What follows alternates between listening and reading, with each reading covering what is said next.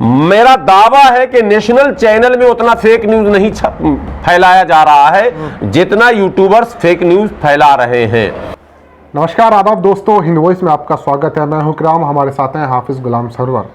आप लोग अच्छी तरह से जानते हैं, किसी ना किसी मुद्दे पर इनसे बात करते हैं, लेकिन आज का जो मुद्दा है वो बड़ा अहम है, क्योंकि कुछ चैनल ऐसे हैं इस कोरोना के टाइम पे वो इस तरह के फर्जी टाइटल और थंबनेल लगाकर लोगों को गुमराह कर रहे हैं। क्योंकि हम मीडिया से हैं और ऐसे में हमारी जिम्मेदारी बनती है कि आप लोगों तक फेक न्यूज़ ना पहुंचे, क्योंकि इससे क्या होता है कि लोग गुमराह कर रहे हैं और उस वजह से लोग आपस में फेक न्यूज़ को शेयर कर देते हैं और फिर ये बाद में बड़ा एक परेशानी का सबब बन जाता है। सर, मैं आपसे जानना चाहता हूं, क्योंकि आप लगातार ये सारी चीज़ें वॉच करते हैं, खुद भी रिपोर्टिंग करते हैं ग्राउंड पे जाकर, जिस तरह के हालात अभी देखने को मिले हैं, प्रधानमंत्री ने जैसे भाषण दिया कि कुछ ऐसे चैनल थे जिन्होंने फर्जी टाइटल और थंबनेल लगाकर लोगों को गुमराह करने की कोशिश की है। इस बारे में आपका क्या कहना है? बहुत दिनों के बाद इस तरह के सवाल सामने आए हैं जी, और मैं बहुत दिनों से ये चाहता था कि इस पर कम से कम जो स्वच्छ छवि के लोग हैं, जो सकारात्मक हमेशा सोचते हैं, बिल्कुल, और जिनका उद्देश्य मीडिया में रहने का मतलब है कि सही खबर को आम लोगों तक पहुंचाया जाए, जी, वैसे लोगों को ये सवाल उठाना चाहिए था। देर से सही, पर आपने बहुत सही मुद्दा उठाया।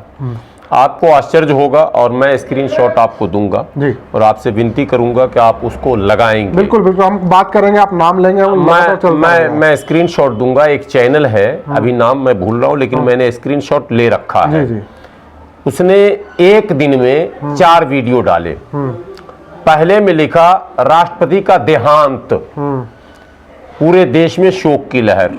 अच्छा, और राष्ट्रपति, अपने भारत के राष्ट्रपति का फोटो लगा दिया, अच्छा, प्रधानमंत्री का फोटो लगा दिया। मतलब ऐसा लग रहा था कि भारत के राष्ट्रपति का देहांत हो गया। हर आदमी उसको क्लिक करेगा ऑटोमेटिकली। बिल्कुल। 2 घंटे बाद उसने फिर न्यूज लगाया उपराष्ट्रपति का देहांत। अच्छा, यानी वेंकैया नायडू नाम वेंकैया नायडू का फोटो नहीं दे रहा, बस कहानी कुछ और है। वो विदेशों में कहीं भी कोई राष्ट्रपति मरे, आपको पता है वो चाड के राष्ट्रपति मरे थे जंग के मैदान में, तो लिख रहा थंबनेल पर राष्ट्रपति का देहांत। वो देहांत नहीं था, चाड के राष्ट्रपति जो है वो जंग के मैदान में माने शहीद हुए हैं, और उसको देहांत नहीं कहा जा सकता। उसकी स्टोरी का तरीका अलग है। पत्रकार जब भी स्टोरी बनाता है तो वो स्टोरी के सिस्टम से ही उसका कंटेंट तैयार होता है, ऐसा नहीं कि कुछ भी लिख देंगे हम। तो उसके फिर 2-3 घंटे बाद उसका वीडियो आता है कि मुख्यमंत्री का देहांत। आप हंसिएगा मत अभी। फिर उसको मैंने सर्च किया, मेरी हालत खराब होने लगी। हो क्या रहा देश में भाई? कहीं कोरोना ने ऐसा तो अटैक नहीं कर दिया? और अभी इस मौके पर लोग सेंसिटिव है भी अचानक। बिल्कुल। उसके 4-5-6 घंटे 10 वीडियो उसने एक दिन में डाले। 10 वीडियो में देहांत या फिर कुछ ऐसा कंटेंट था जिससे ये लग रहा था यार इसको देखना जरूरी है। एक चैनल ऐसा है जिसने राष्ट्रपति और प्रधानमंत्री और गृह मंत्री का लाइव इस्तीफा, अच्छा, एक ने चलाया प्रधानमंत्री का लाइव इस्तीफा, दूसरे ने चलाया गृह मंत्री का लाइव इस्तीफा। खुद अपने किए पर शर्मिंदा हुए गृह मंत्री और उन्होंने लाइव आकर इस्तीफा दिया, ये भी लिखा नहीं। जी जी जी, और ये लो जी मैं इस्तीफा दे रहा हूँ, वो एक इस्तीफा नामा लेता हुआ फाइल का पुरानी फोटो भी उसमें दिया जा रहा। इस तरह से अब किसान आंदोलन पर आइए। गाजीपुर बॉर्डर पर जाएंगे, 100-150 किसान से ज्यादा इस वक्त नहीं है। ये सच्चाई है, देश को सच्चाई का पता होना चाहिए। हमारे कहने से या किसी के कहने से वहां 10 लाख आदमी नहीं आ सकता। सरकार की नजर है, सबकी नजर है, मेरी भी नजर है, आपके वो किसानों की भी नजर है, जो किसान के नेता उनकी भी नजर है। मैं अभी सिंघू बॉर्डर या टिकरी बॉर्डर तो पिछले 15-20 दिनों से बिल्कुल नहीं गया हूं, लेकिन गाजीपुर बॉर्डर पिछले 3 दिनों पहले मैं गया था। और मेरा अपना अंदाजा है कि बहुत खींच खांच कर लोग अगर होंगे तो 200 से 250 टोटल लोग होंगे वहां।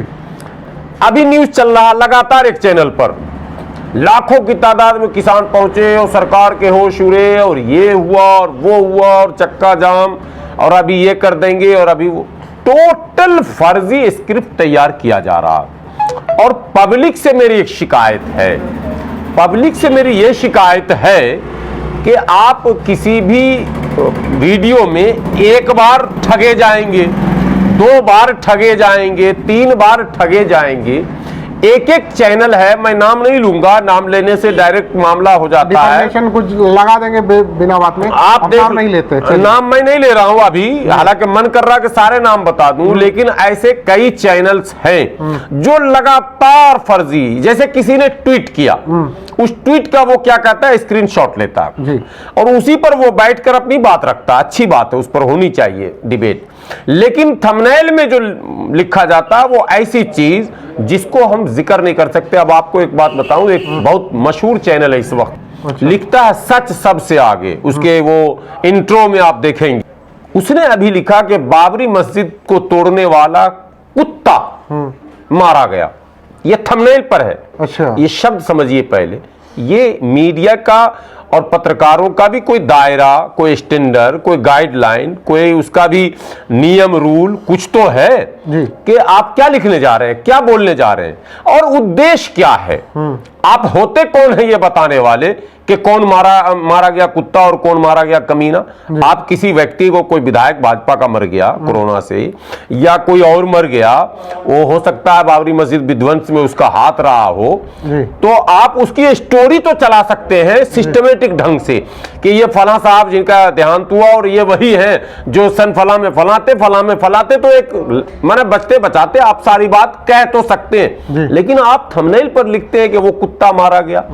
और आप वो चैनल के जो मालिक हैं अगर मुसलमान हैं तो ये भी एक खतरे की बात है। इसमें हमारे जो हिंदू भाई हैं वो कहेंगे कि यार इन लोग तो कुत्ता कमीना कहता है, और अगर वो चैनल के मालिक हिंदू हैं तो इसका मतलब मुसलमानों का तुष्टीकरण करना चाहते हैं कि मुस्लिम हमारी ओर आकर्षित हो जाए। बिल्कुल, इस तरह के बहुत सारे चैनल्स हैं लगातार।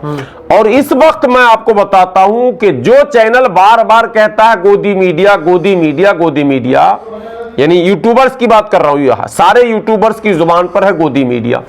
गोदी मीडिया का मतलब होता है मेन स्ट्रीम मीडिया, यानी नेशनल चैनल। बिल्कुल, मेरा दावा है कि नेशनल चैनल में उतना फेक न्यूज नहीं फैलाया जा रहा है जितना यूट्यूबर्स फेक न्यूज फैला रहे हैं।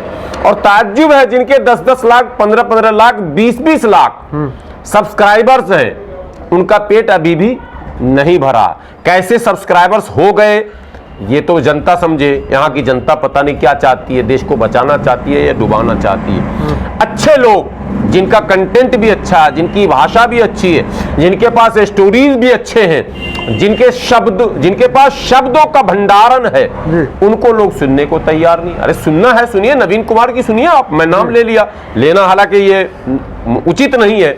इस तरह के बहुत सारे लोग हैं जो शब्दों का जिनके पास भंडारण है और अच्छी स्टोरी करते हैं, और जब किसी भी मुद्दे को उठाते हैं तो उस मुद्दे का पूरा सही ढंग से जो है रखते हैं, उसको प्रस्तुत करते हैं। अब आप को अगर ज्ञान नहीं है तो आपको इस फील्ड में रहना नहीं चाहिए, और अगर ज्ञान है तो फिर ध्यान भी आपका इस पर होना चाहिए कि हम समाज को दूषित न करें। बिल्कुल, हिंदू और मुसलमान इसी देश में रहा है, रहेगा, और ये 2-4 जो लोग हैं जो देश के वातावरण को बिगाड़ना चाहते हैं, ये आज ही नहीं है साहब, ये 100 साल पहले भी थे, 200 साल पहले भी थे, 500 साल पहले भी थे और आगे भी रहेंगे।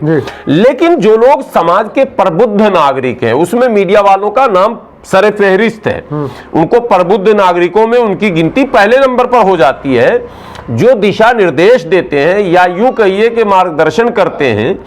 वैसे लोग भी अगर उसी श्रेणी में चले जाएंगे तो फिर क्या होगा, किससे की जाएगी उम्मीद, किससे करें आशा जब सब करें निराशा। स्थितियां ऐसी बन रही है कि अच्छे अच्छे इंटेलेक्चुअल लोग, पढ़े लिखे लोग, बुद्धिजीवी लोग सर पकड़कर बैठे हैं, और बिल्कुल शातिर लोग जिनका दिमाग शतरंज की तरह चल रहा है, शातिर लोग, ये शातिर शब्द मैं इस्तेमाल कर रहा हूं, ये शातिर लोग हैं जो व्यूअर्स को कंफ्यूज कर रहे हैं। उन्हें ऐसे कंटेंट उनके सामने रखते हैं कि उनको लगता है कि शायद मेरे लायक कोई मसाला इसमें है, लेकिन मसाला नहीं होता है। और मैं सरकार से मांग करता हूं, बीच में आपने देखा इस पर बहस शुरू हुई थी, कानून भी बना है, कानून मंत्री ने कहा कि हम कानून लाने जा रहे हैं, कानून आ भी गया, और सूचना प्रसारण मंत्रालय ने भी इस बात को कह दिया कि नहीं, हम इस पर कार्रवाई शुरू करेंगे। मुझे लगता है कि इसका विरोध हो रहा था और अच्छे खासे लोगों ने भी विरोध किया कि ये शिकंजा कसने का नहीं। सरकार से मेरी विनम्र विनती है कि फेसबुक हो, यूट्यूब हो, ट्विटर हो, व्हाट्सएप हो, सोशल साइट्स जो भी हैं, उसकी पवित्रता कैसे बनी रहे।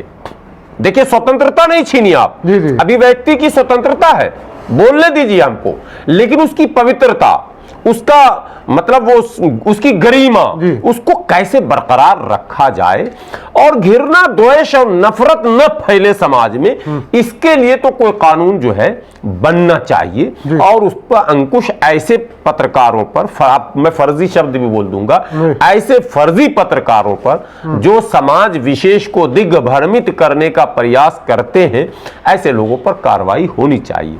सोशल इश्यूज हैं, अनेकों इश्यूज हैं, हेल्थ से जुड़ा मुद्दा है, अभी कोरोना में जो है स्वास्थ्य से जुड़े बहुत सारे मुद्दे हैं, उस पर आप डिबेट करिए। सरकार फेल अगर हो रही है, ऑक्सीजन में मामला नहीं हो रहा है, दवाइयां उपलब्ध नहीं हो रही, काला बाजारी हो रही है, ब्लैक मार्केटिंग है, राशन दुकानदार और बनिया लोग भी अगर ब्लैक मार्केटिंग कर रहा है, ये सारे इश्यूज पत्रकारों के हैं जिसको उठाना चाहिए। सरकार और जनता को इसके प्रति जवाबदेह और सचेत सावधान करने की आवश्यकता। तो इन मुद्दों को आप छोड़ रहे हैं, ठीक है। सरकार की किसी पॉलिसी से अगर जनता को नुकसान हो रहा है या फिर आम जनों के लिए जो चीजें मार्केट में हैं, मैं अब ओला चल रहा, आप ओला सुचारू रूप से आज एक ओला की बात मैं इसलिए कह रहा हूं कि मेरे एक साथी को एयरपोर्ट जाना था कल सुबह 6 बजे, ओला बुक किया उसने, कंफर्म हो गया, उधर से ड्राइवर का फोन आया, जी 50 रुपए एक्स्ट्रा देंगे तब मैं जाऊंगा। बोले क्यों? बोले एयरपोर्ट से वापसी के लिए हमको सवारी नहीं मिलती। तो मैंने कहा बिल्कुल गलत, 1 रुपये नहीं दूंगा, कैंसिल करो तुम। वजह, सवारी मिले ना मिले, हमारा और तुम्हारा जो कंपनी से एग्रीमेंट है, कस्टमर एंड ओला बिटवीन, मैंने जो एग्रीमेंट है उससे हटकर अगर कुछ है तो वो कालाबाजारी है। आपको नहीं मिल रहा है, आप ऐप अपना ऑन किए हुए हैं, जैसे हमने आपको कॉल किया वैसे कोई और कॉल करेगा, लेकिन आप कहेंगे एक्स्ट्रा लूंगा, मतलब है कि ब्लैक मार्केट है। तो हम लोग इसका विरोध करते हैं। तो आप ऐसे मुद्दों को उठाइए, ऑटो ड्राइवर क्या कर रहा है, उसका यूनियन क्या कर रहा है, ट्रांसपोर्टेशन से जुड़े हुए और जितने मुद्दे हैं, कहां कालाबाजारी हो, क्या जो इन्फोर्समेंट सेक्टर है जो ट्रांसपोर्ट को माने कंट्रोल करता है, तो वो सारे इन्फोर्समेंट जो है क्या ट्रांसपोर्टर्स को परेशान तो नहीं कर रहे हैं, या ट्रैफिक पुलिस है वो अपने सही कर्तव्य का निर्वहन कर रही नहीं कर रही है, या फिर सुरक्षा में लगे जो हमारे जवान हैं वो सही ड्यूटीज कर रहे हैं या नहीं कर रहे हैं, या मार्केट के अंदर जो लोग बड़े बड़े सप्लायर्स हैं, एजेंसियां जिनकी हैं, जो रिटेलर से लेकर एजेंसियों तक और कंपनियों तक आपकी नजर हो, यह पत्रकार का काम है। सरकार के सारी नीतियों पर आपकी नजर हो। अब आप आए जनप्रतिनिधियों को आप देखें कि जनप्रतिनिधि अपना कर्तव्य निभा रहे हैं या नहीं निभा रहे हैं, ये मीडिया का काम है। डॉक्टर्स अपना फर्ज निभा रहे हैं निभा रहे हैं, सारे आरोप लग रहे हैं तरह तरह के, क्या वो आरोप दम में दम है या नहीं है, इसकी जांच पड़ताल करें, ये मीडिया का काम है। चुनाव में पारदर्शिता है या नहीं, पॉलिटिकल पार्टियां जो है सारे रूल्स को फॉलो कर रही हैं या नहीं कर रही हैं, कुछ गड़बड़ झाला तो नहीं हो रहा, कहीं चुनाव नियमों का उल्लंघन तो नहीं हो रहा, कहीं पैसे से खरीद फरोख्त तो नहीं हो रहा, साम दाम दंडभेद तो नहीं हो रहा, किसी को दबाया तो नहीं जा रहा। ये सारे इश्यूज हैं जिस पर मीडिया की नजर होनी चाहिए और इसी पर मीडिया को काम करना चाहिए, यही जिम्मेदारी है मीडिया की। लेकिन इसके विपरीत हिंदू, मुसलमान, सिख, ईसाई, सरकार वर्सेस अदर कम्युनिटीज, इस तरह के फेक न्यूज फैलाकर आप नफरत को आगे न बढ़ाएं। और सरकार से मेरी विनती है कि नफरत फैलाने वाले सभी चैनल्स पर, नफरत फैलाने वाले सभी प्रिंट मीडिया पर आप अगर अंकुश लगा देंगे तो ये देश पर आपका एहसान होगा। और यदि आपने भी उन्हें फ्री कर रखा है तो ये माना भी जाएगा कि कहीं ना कहीं सरकार की मंशा भी ठीक नहीं है।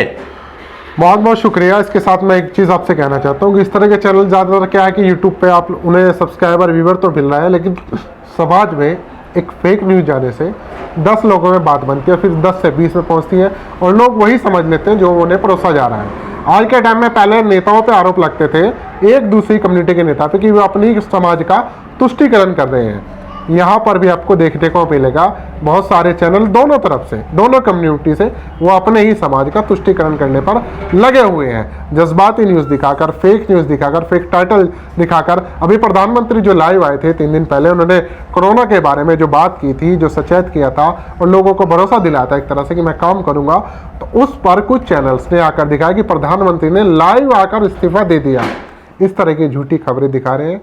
तो इससे समाज में क्या मैसेज जा रहा है? प्रधानमंत्री के कमियों को अगर कोई उजागर करता है, करे ना, उसका स्वागत है ना। उनकी जो नीति है उस पर अगर कोई आपको खामियां नजर आए, इस पर बात करिए। हम भी बात करते हैं, विचार किए। हमारे सारे जो अच्छे पत्रकार हैं, जो हमारे और इंटेलेक्चुअल लोग हैं, वो बात करते हैं। आप उस तरह की बात कीजिए, लेकिन ये सीधा सीधा जो चलाक छाप कर ये लोगों के सामने परोस कर रहे हैं, तो ये बहुत गलत जा रहा है। आप लोगों को समझना होगा, इस वीडियो को ज़्यादा से ज़्यादा शेयर करना होगा, तभी लोगों के लोगों के दिमाग में बात आएगी। तो मेरी आपसे एक बार फिर विनती है, वीडियो को ज़्यादा से ज़्यादा शेयर कीजिएगा और हिंद वॉइस देखते रहें।